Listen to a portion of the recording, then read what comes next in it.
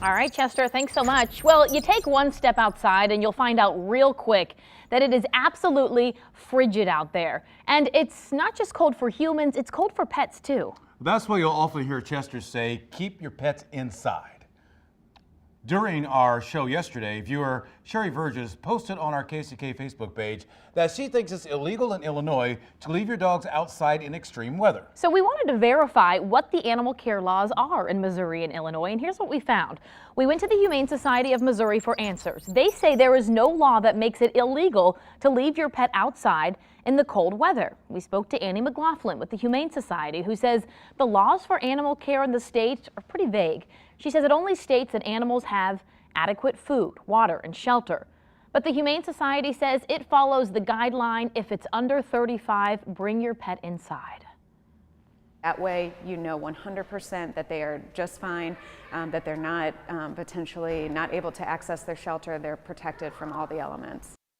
The Humane Society of Missouri urges you to call them if you see an animal in distress or if you believe an animal is being abused. Now, over in Illinois, it is much of the same. We contacted the Humane Society of Central Illinois and spoke with adoption counselor Stacy Bill. She referenced us to the Humane Care for Animals Act, Section 3, which states owners' duties include adequate food, water, and shelter.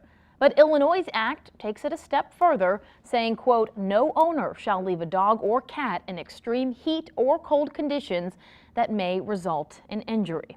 So with all this considered, we want to make sure that your pets stay safe and warm this winter. So we talked to veterinarian Dr. Ray Geisman at Hampton Animal Hospital in St. Louis about what you can do to keep your pets safe and warm.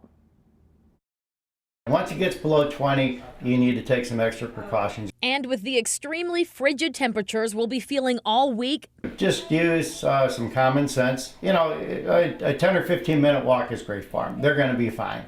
An hour and a half walk, probably don't do that when it's this temperature. That being said, Dr. Ray Geisman says some breeds really enjoy the cold and have the coat for it. Something like a husky, they love to be outside. Shepherds usually like to be outside. 9-year-old Cozy is a Siberian Husky, and owner Scott Leindecker says he loves this weather. He loves the cold. So it's like, you know, this is where he thrives. I do try to just do it incrementally and keep him out for like 30 minutes and then bring him in. Erica Pachalewski says her 10-year-old Golden Retriever German Shepherd mix is also a cold weather lover. She actually loves the cold with all of her hair. I hate it, but she thrives outside. Pachalewski says she's outside for an hour at the most in these temperatures and sleeps inside the heated house. She has her little bed and everything. She would rather sleep there than outside for sure. It's a different story for smaller animals or ones with short hair. Beagles, poodles, things like that, people will get sweaters, and that's fine for them. They tolerate the cold a little better than you or I because they do have that layer of fur. But Dr. Geisman says pet owners need to put their foot down when it gets into the single digits. Okay, less than 10, now you need to enforce it and bring them on in, even if they don't like it.